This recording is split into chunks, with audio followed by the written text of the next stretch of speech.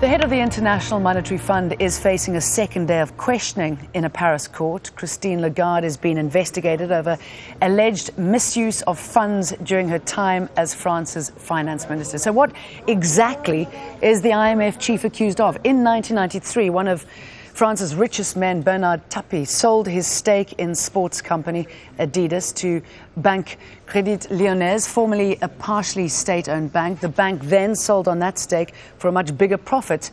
Tapie says they deliberately undervalued his stake and so defrauded him. In 2007, Christine Lagarde was finance minister of France and so was required to look into the dispute. Tapie was given a payout of more than $500 million. Now, the court will decide whether Lagarde should be investigated for misuse of public funds as a result of that transfer. Let's get more from Paul Brennan in Paris. How potentially serious is this for her, Paul?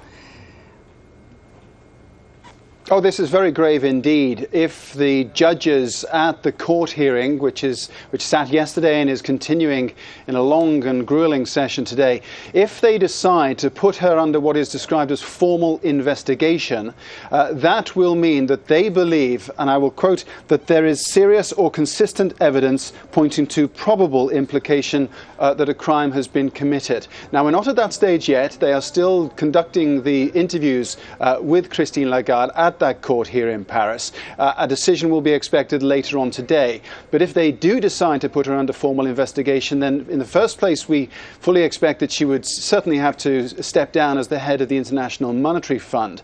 And it would probably do real damage to any political ambitions that she has. Because don't forget, her tenure as the boss of the IMF comes to an end in 2016, coincidentally just a year before the French presidential elections take place. So if she was hoping to use her IMF leadership as some kind of springboard for presidential ambitions, then this would clearly put a dent in that.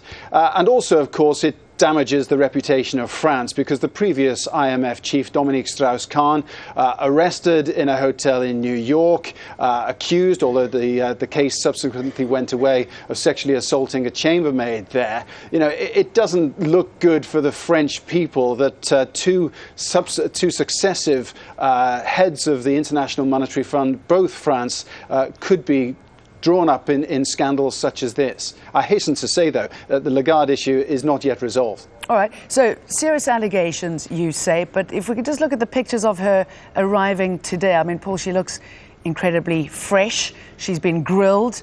It could have a rather dramatic impact. I'm sure the pictures will come up any minute now, but a rather dramatic impact on her future in politics. Why is she so confident? What does she know that we possibly don't know?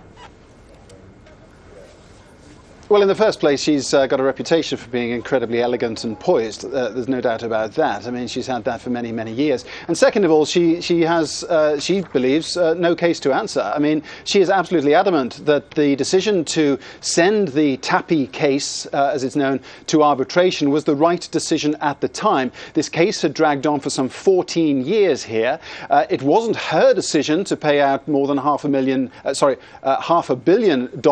Mr. Tapie. The sum was set by the three independent panel members. The question mark as to whether she was unfairly leaned upon by the then President Nicolas Sarkozy to send the case to arbitration, and she insists absolutely that that was not the case. Nicolas Sarkozy did not press her to make this decision in favour of sending it to arbitration. She says she's got nothing to hide, and the judges will find nothing.